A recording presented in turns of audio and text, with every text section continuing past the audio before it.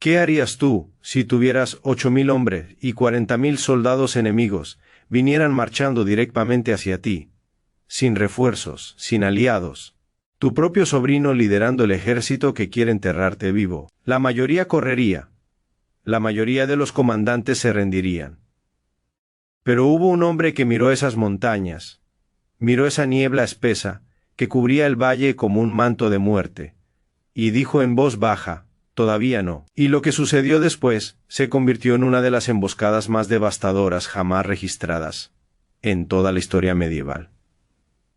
Una masacre tan perfecta que los historiadores aún hoy no pueden creer que haya sido real. El año es 1457. Europa está destrozada. Los reyes están demasiado ocupados, apuñalándose por la espalda, peleando por coronas y territorios insignificantes, como para darse cuenta de que el Imperio Otomano está devorando todo a su paso. Constantinopla, la joya más brillante del mundo bizantino, la ciudad que durante 1000 años fue el corazón del cristianismo oriental, cayó apenas 4 años antes. El joven sultán que la conquistó, Mehmed II, se ganó un título que todavía retumba a través de los siglos. El conquistador, y no había terminado, ni de lejos. Sus ojos miraban hacia el oeste, hacia el Adriático, hacia Italia, hacia el resto de un continente completamente paralizado por el miedo. Pero directamente en su camino había una franja estrecha de tierra montañosa, llena de nada más que rocas, bosques y la gente más terca que jamás haya existido sobre la faz de la tierra. Albania, una nación tan pequeña que apenas aparecía en los mapas de la época.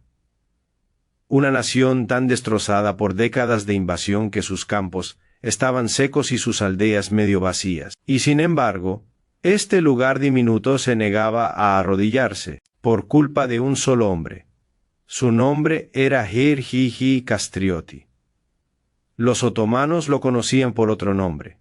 Lo llamaban Iskender Bey, que significa Señor Alejandro, comparándolo nada menos que con Alejandro Magno. Europa lo llamaba Skanderbeg. Y su historia es de esas que suenan a leyenda, a cuento de héroes imposibles, pero fue aterradoramente, hermosamente real. De niño lo arrancaron de los brazos de su familia, tomado como rehén y enviado a la corte del sultán. Fue criado dentro del sistema otomano. Aprendió su idioma, su religión, sus métodos de guerra. Se convirtió en uno de sus mejores comandantes. Peleó sus batallas. Vistió su armadura. Llevó su bandera con orgullo. Y entonces un día, algo dentro de él se rompió. Ya sea por asco, por deber, o por algo más profundo que ningún historiador ha podido nombrar completamente, le dio la espalda al imperio que lo había formado. Desertó, cabalgó hacia el norte, de regreso a la tierra de sus padres, tomó la fortaleza de Kruja, arrancó las banderas otomanas y levantó el águila negra de 2 cabezas de Albania. Desde ese momento, se convirtió en el hombre más buscado del imperio. Durante 20 años, peleó sin descanso, batalla tras batalla tras batalla. A veces ganaba de manera brillante. A veces apenas sobrevivía con un puñado de hombres heridos. Nunca se detuvo. Nunca. El problema era que el mundo a su alrededor se desmoronaba pieza por pieza. Venecia hacía promesas, y las rompía como si fueran cristal barato. Nápoles ofrecía oro que nunca llegaba. El Papa enviaba cartas de aliento, pero ningún soldado. Albania sangraba completamente sola. Y entonces, en 1455, el desastre golpeó en un lugar llamado Berat. Skanderbeg avanzó demasiado lejos, demasiado rápido, cegado por su propia confianza. Su ejército fue atraído a una trampa, rodeado y aplastado sin piedad. Los sobrevivientes se dispersaron hacia las montañas como fantasmas buscando dónde esconderse. A lo largo de los Balcanes, la gente susurraba que el león finalmente había caído, que todo había terminado, que Albania estaba muerta, pero la herida que cortó más profundo no vino del enemigo, vino de la familia, de la sangre de su propia sangre. Hamza Kastrioti, su propio sobrino, el muchacho que Skanderbeg había criado con sus propias manos, entrenado, protegido, amado como si fuera su hijo. Hamza era joven, brillante, talentoso y hambriento de algo que su tío nunca pudo darle: poder sin sufrimiento, gloria sin sacrificio. Los agentes del sultán sabían exactamente cómo llegar a un corazón así. Susurraron promesas de títulos nobiliarios, riquezas inimaginables, mando militar propio. Y Hamza escuchó.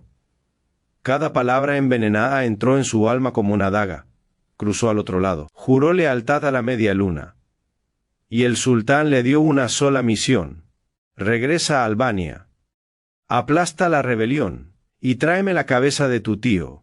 Ahora detente un segundo y piensa en eso. Imagina al hombre que te enseñó todo lo que sabes, que te protegió cuando eras débil, que confió en ti con su propia vida.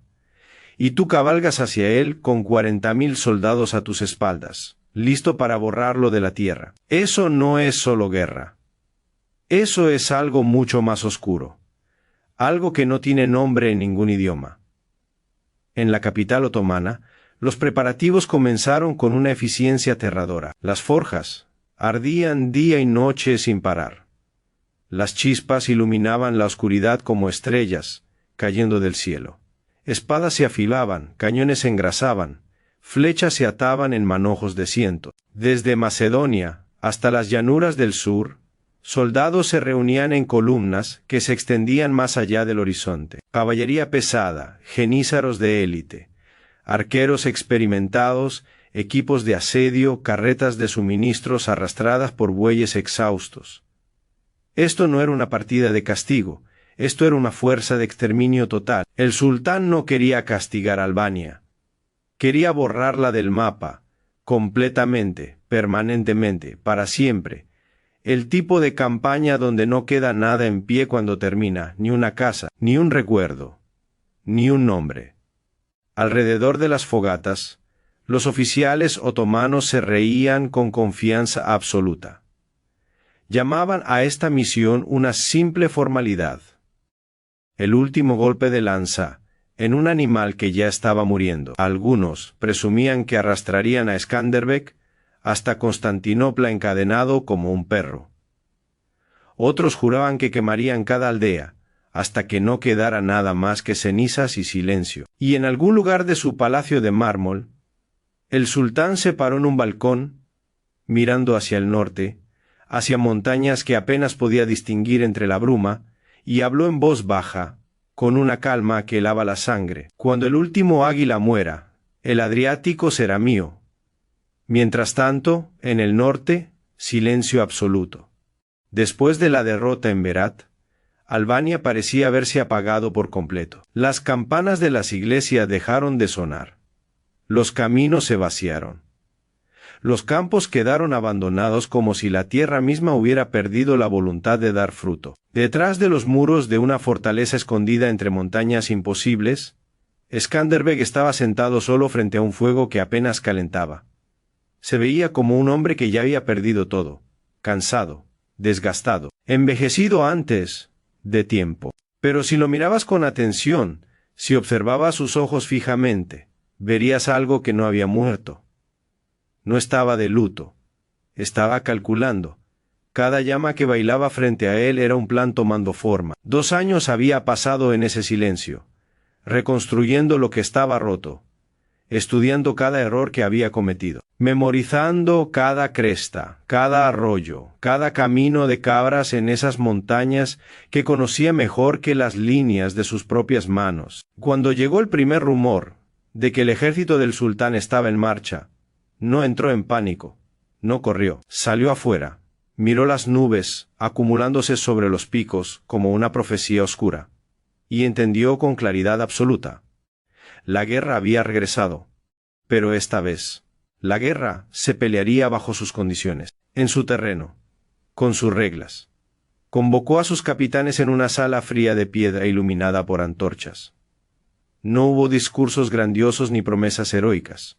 Los miró a los ojos uno por uno y les ofreció solo una cosa: dignidad. Todos conocían los números: 8.000 contra 40.000. La mitad de su fuerza eran campesinos y pastores que nunca habían visto una formación de batalla real en su vida. También sabían algo que los otomanos no sabían, y nunca entenderían. Estas montañas estaban vivas, y obedecían a los hombres que las respetaban. Durante días Skanderbeg cabalgó por los valles completamente solo. Estudió el terreno con la precisión de un cirujano que examina un cuerpo antes de hacer el primer corte. Y entre dos crestas boscosas, lo encontró. Un desfiladero profundo y estrecho, donde los acantilados se apretaban como las paredes de una tumba, y los árboles crecían tan espesos que tragaban la luz del sol. Albulena. Un lugar donde los números no significaban absolutamente nada, donde un ejército grande no podía desplegar sus líneas, no podía usar su caballería con libertad, no podía posicionar sus cañones. El campo de exterminio perfecto. La trampa soñada. Las órdenes volaron de inmediato como halcones en la tormenta. Mensajeros galoparon de aldea en aldea con urgencia desesperada. Las campanas sonaron 3 veces en cada valle. El antiguo llamado a las armas que todos reconocían en sus huesos. Los campesinos besaron a sus esposas con besos que sabían a despedida. Escondieron a sus hijos en cuevas del bosque cubiertas de ramas. Y subieron a las colinas cargando cualquier arma que pudieran encontrar. Hachas de leñador, hoces de granja, lanzas oxidadas heredadas de sus abuelos. Los herreros reabrieron las forjas frías que llevaban meses apagadas. Los monjes bendijeron las hojas de las espadas con manos temblorosas y oraciones que se quebraban en sus labios. La montaña entera despertó como una criatura dormida que abre los ojos. Los preparativos fueron meticulosos hasta la obsesión. A lo largo del suelo del valle, se cavaron fosas profundas, y se cubrieron con ramas y tierra suelta para que parecieran terreno normal. En las laderas, troncos masivos de árboles fueron posicionados y sostenidos con cuerdas, listos para ser liberados en el momento exacto como avalanchas dirigidas. Los arqueros mapearon cada posición de tiro entre los árboles con la paciencia de cazadores que han esperado toda su vida por una sola presa. Los exploradores vigilaban los caminos del sur desde escondites elevados donde ni las águilas los encontrarían. Todo se hacía en un silencio casi sagrado. Los caballos se mantenían en la oscuridad total para que no relincharan ni delataran la posición. Los suministros se almacenaban en cuevas naturales. Las mujeres horneaban pan duro que duraría días. Empacaban sal gruesa y vino espeso que calentaría los huesos en las noches frías. Cada aldea dio lo que pudo: hierro, cuero, flechas, y algo que ninguna cadena de suministros puede fabricar ni comprar con todo el oro del mundo. Coraje nacido de la desesperación más pura. En las tardes húmedas, cuando el sol se escondía detrás de las montañas, Skanderbeg caminaba entre sus hombres como un padre entre sus hijos. No gritaba. No inspiraba con palabras bonitas ni discursos memorables. Ponía una mano sobre un hombro aquí, asentía con la cabeza allá, y decía solamente una cosa con voz grave y firme: quédense escondidos. El momento llegará. Los días pasaron lentos como siglos. La niebla se instaló sobre el valle, espesa y blanca, casi viva, como si la montaña misma estuviera respirando. La visibilidad cayó a casi nada. Un hombre no podía ver más allá de unos pocos pasos, y entonces, desde el fondo del valle, un sonido empezó a crecer. Un temblor profundo en la tierra que subía por las piernas y llegaba hasta el pecho. El golpeteo rítmico de miles y miles de cascos contra el suelo. El chirrido de ruedas de hierro arrastrándose sobre piedra. El latido lento y pesado de los tambores de guerra, grave y constante, como el corazón de algo enorme, imparable y sin misericordia. El ejército del sultán había llegado.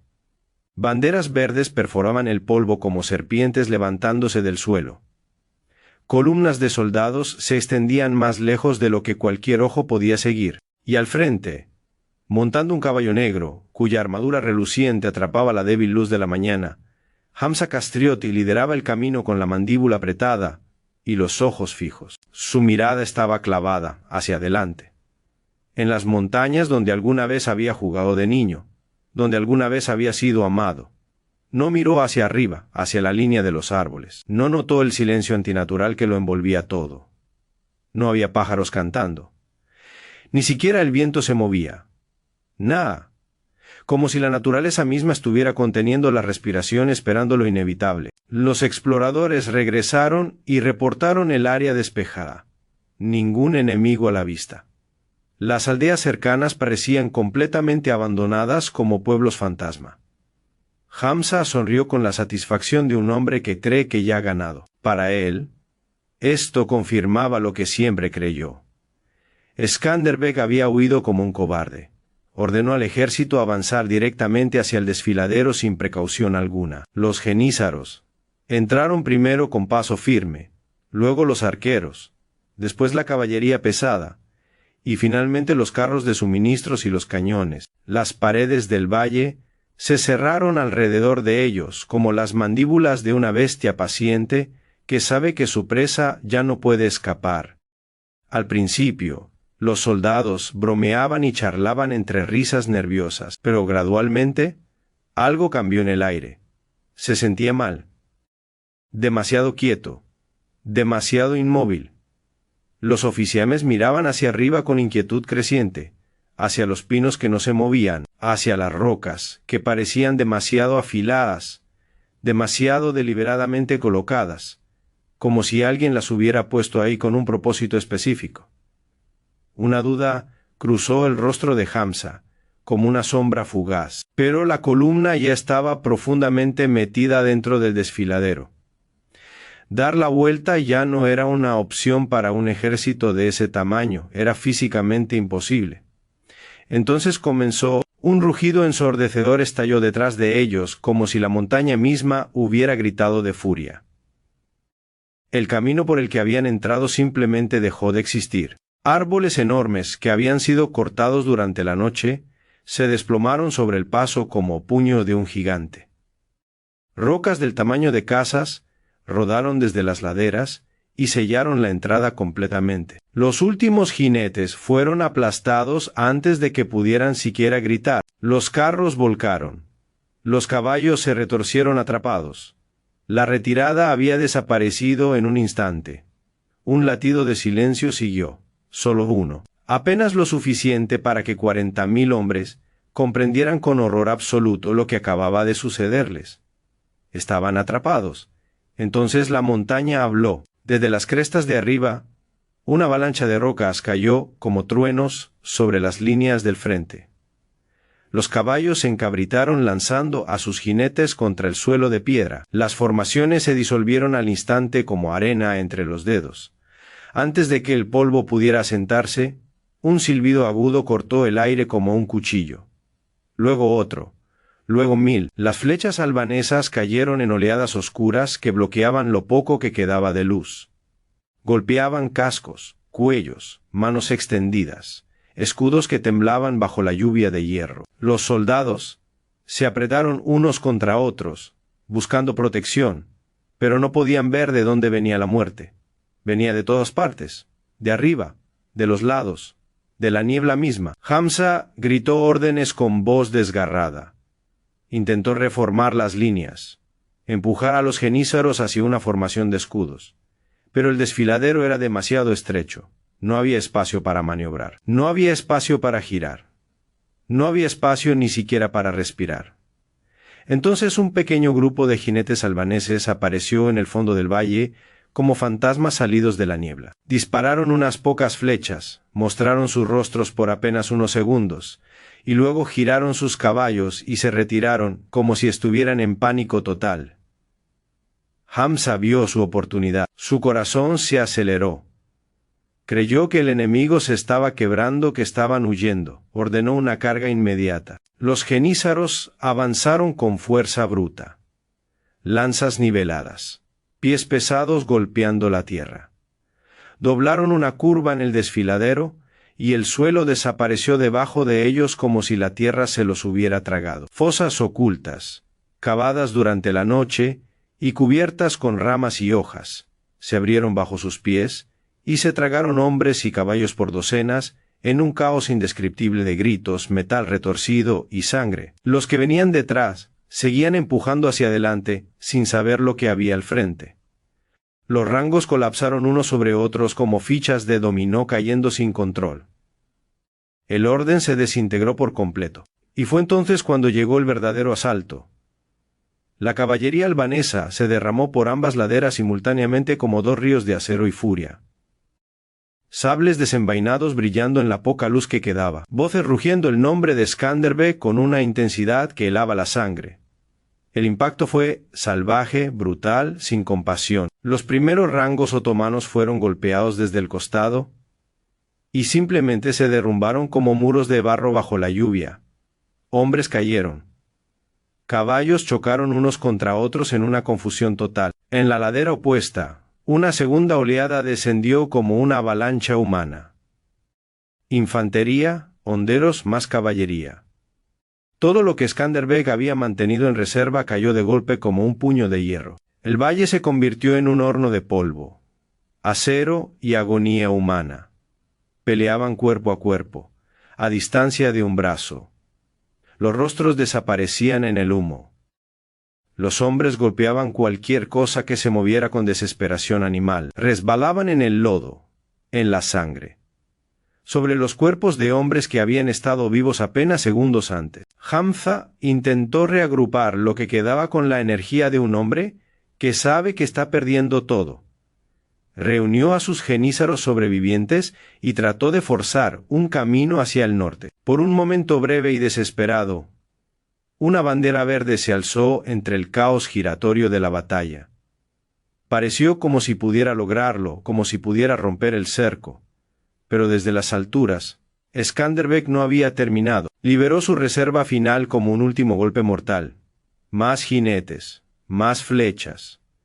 Más piedras estrellándose ladera abajo con la fuerza de un terremoto. El círculo se apretó como una soga alrededor de un cuello. El cielo se volvió rojo como si estuviera sangrando. Luego gris como ceniza de muertos. La lluvia comenzó a caer, fina y helada, mezclándose con el humo y el olor metálico de la sangre que empapaba todo. Ambos bandos siguieron peleando, empapados hasta los huesos, agotados hasta el punto de quiebre, casi ciegos en la oscuridad creciente. La noche cayó sobre Albulena como una lápida, y aún así, la matanza continuaba. En la oscuridad total, la batalla se convirtió en algo primitivo, ancestral, casi animal. Sin formaciones, sin estrategia, solo hombres arrastrándose por el lodo y la lluvia, golpeando sombras que podían ser amigos o enemigos. Las antorchas chisporroteaban y morían ahogadas en el barro. Las órdenes eran tragadas por el viento antes de llegar a ninguna parte. Skanderbeg avanzó a través de la noche, con su capa pegada a la armadura, cada paso deliberado, cada respiración medida. Alrededor de la medianoche, una quietud espeluznante se instaló sobre el valle, como si la muerte misma hubiera hecho una pausa para contemplar su obra. Incluso la lluvia se detuvo por un momento, y entonces un cuerno sonó en la oscuridad. Uno solo, largo y profundo como el grito de una montaña. Luego 10. Luego 100. Los albaneses atacaron desde cada dirección posible con antorchas encendidas que convertían la noche en día. El fuego se reflejaba en el acero mojado creando un espectáculo de luz y terror. Toda la ladera de la montaña pareció incendiarse como si el infierno mismo hubiera subido a la superficie. Los otomanos gritaron de pánico puro, buscando armas que apenas podían sostener con manos temblorosas y entumecidas por el frío. Los caballos se estrellaron contra sus propias líneas en una estampida ciega de terror animal. Hamza intentó un último movimiento desesperado hacia el sur. Sus oficiales lo siguieron con lealtad ciega, pero sus caballos se hundieron en el lodo hasta las rodillas. Las flechas cayeron de nuevo como lluvia negra. Las llamas consumieron tiendas, banderas, cuerpos. Y en ese momento exacto, de pie bajo la lluvia con su ejército disolviéndose a su alrededor como arena en una tormenta, Hamza entendió con la claridad terrible de un hombre que mira su propia muerte a los ojos. Todo estaba perdido. Miró hacia las montañas, una última vez. como si les pidiera algo que nunca le darían, y trató de señalar la retirada con manos que ya no obedecían. Pero el desfiladero estaba sellado, la trampa era perfecta, completa, absoluta, no había salida. Cuando el amanecer finalmente llegó arrastrándose sobre las crestas como un animal herido, el valle de Albulena estaba cubierto de niebla, y un silencio tan profundo que dolía en los oídos. Las aguas de las inundaciones nocturnas habían arrastrado a algunos de los caídos, río abajo, como si la tierra quisiera limpiar la evidencia de lo que había sucedido. Los cuervos ya daban vueltas sobre las colinas en círculos lentos y pacientes. Skanderbeg desmontó de su caballo, con movimientos pesados de un hombre que ha cargado el mundo sobre sus hombros. Caminó lentamente sobre la tierra mojada sin mirar directamente a nada, pero viéndolo todo. Su espada colgaba pesada a su costado como si estuviera hecha del peso de todos los muertos. Su rostro no mostraba nada, ni triunfo, ni alivio, ni alegría, solo el vacío profundo de un hombre que sabe lo que cuesta la victoria cuando se paga con sangre. A su alrededor, sus hombres permanecían de pie sin hablar. Sabían lo que esta victoria había costado, y sabían lo que había salvado. El sol salió pálido y débil, como si también estuviera agotado, haciendo brillar el agua sobre las piedras como cristales rotos, esparcidos por un gigante. La bandera negra, con el águila bicéfala, se movía suavemente en el viento de la mañana. Albulena pertenecía a Albania. La noticia viajó más rápido de lo que cualquier mensajero podría cabalgar. Hablaban de un milagro en los Balcanes. Un hombre que con 8.000 había aniquilado a 40.000 del ejército más poderoso del mundo conocido. La noticia llegó a Venecia, luego a Nápoles, luego a Roma. Las campanas sonaron en las catedrales de toda Europa. Los poetas escribieron su nombre en páginas todavía húmedas con lágrimas de asombro. Lo llamaron el escudo de la cristiandad, el león que se negaba a caer sin importar cuántas veces lo golpearan. Pero en la capital otomana, la noticia cayó como una piedra lanzada al agua, más profunda y oscura. Los consejeros bajaron la mirada sin atreverse a hablar. El sultán caminó solo por sus jardines durante horas interminables, sin decir una sola palabra, entre rosas que ya no le parecían hermosas y un polvo que el viento arrastraba como los restos de sus ambiciones rotas. La derrota no destruyó su imperio, pero dejó una cicatriz que nunca sanó completamente, y el nombre Albulena se convirtió en una palabra que se susurraba en los consejos de guerra durante generaciones enteras. Una advertencia de lo que pasa cuando la arrogancia se encuentra cara a cara con un hombre que no tiene absolutamente nada que perder. De vuelta en las montañas, Skanderbeg observó el cielo aclararse lentamente como una herida que empieza a cerrar. El humo se alejó flotando hacia el horizonte. La luz del sol regresó a las piedras mojadas, calentándolas como si la tierra misma estuviera sanando. Él sabía que esto no era el final. La guerra vendría de nuevo. Siempre venía. Seguiría viniendo hasta que no le quedara un solo aliento con el que pelear. Pero por un momento quieto y sagrado, el mundo entero pareció detenerse junto a él. Un ejército completo yacía en silencio a sus pies como una ofrenda terrible a los dioses de la supervivencia. Y Europa, aunque todavía no se daba cuenta, acababa de ser salvada en el silencio de un valle, olvidado por todos menos por los hombres que derramaron su sangre en él. Si esta historia te puso la piel de gallina, si te recordó que la historia no es solo fechas aburridas y nombres olvidados, sino carne y hueso, y un coraje imposible que la mayoría de nosotros nunca tendremos que demostrar, entonces hazme un favor, dale al botón de me gusta. No te cuesta nada, pero a mí me ayuda más de lo que te imaginas. Déjame un comentario diciéndome qué momento te golpeó más fuerte, cuál fue el instante en que sentiste que el corazón se te detuvo. Y si todavía no estás suscrito, ahora es el momento perfecto. Historias como esta merecen ser escuchadas por el mundo entero. Y te prometo que tengo muchas más guardadas que van a dejarte sin palabras. Nos vemos en el próximo video.